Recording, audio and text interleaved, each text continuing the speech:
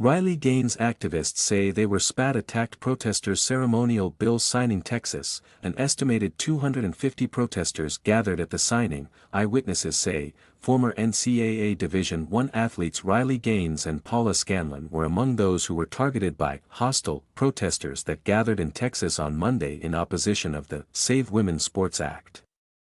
Texas Governor Greg Abbott was joined by Gaines and Scanlon at the Texas Women's Hall of Fame at Texas Woman's University in Denton for a ceremonial signing of the bill, which was previously signed into law in June. But according to those in attendance, protesters that gathered at the event threw items and spat at those who gathered in support of the legislation.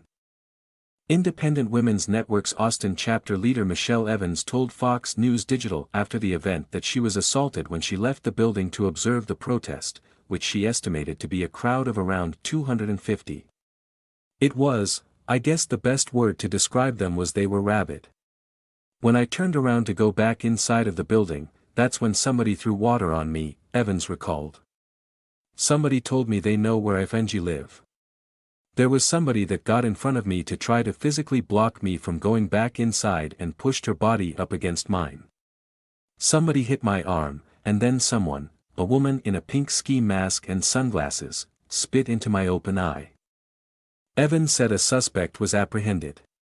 She told law enforcement that she wanted to press charges and was told by police that the suspect would be issued a ticket for a misdemeanor assault. A public information officer with the Texas Woman's University Police Department told Fox News Digital that one suspect was apprehended and issued a citation for misdemeanor assault. Specific details surrounding the alleged assault were not immediately known.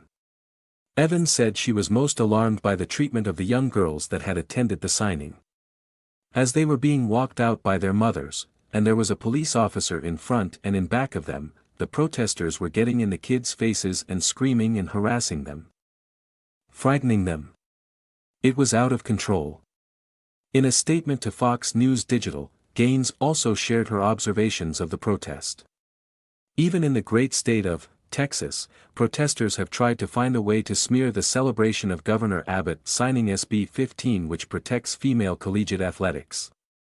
But they can't. Gaines, host of Outkick podcast Gaines for Girls, told Fox News Digital in a statement. Today is a huge win and Governor Abbott's leadership is foundational and I'm hopeful more states will follow suit. Speaking of the protest, Gaines continued, bottles are being thrown, protesters are spitting in people's faces, profanity is being yelled at children. Law enforcement has stepped in and provided protection. Former University of Pennsylvania swimmer, Paula Scanlon, shared on social media that protesters blocked the exits and were spitting and yelling.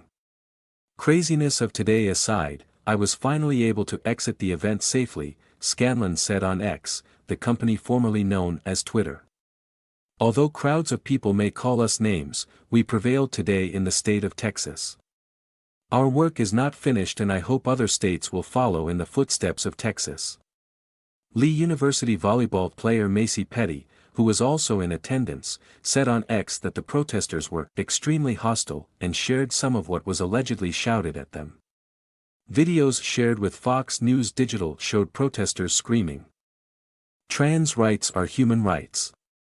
Another clip showed protesters getting in the face of young girls as they were escorted outside.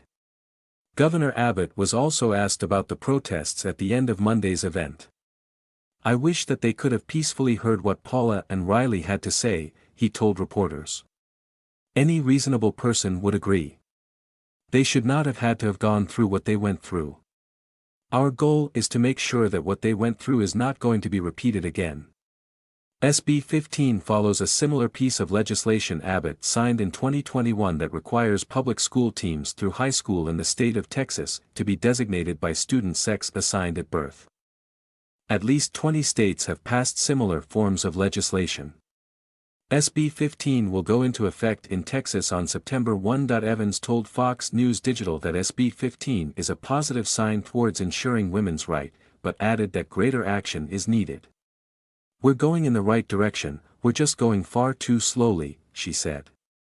Last week the governor of Oklahoma signed an executive order to make effective a Women's Bill of Rights in that state. That's absolutely what we need in Texas and across the United States, making it very clear what the definitions of woman and man are in language and in law to protect women's sex-based rights and protections.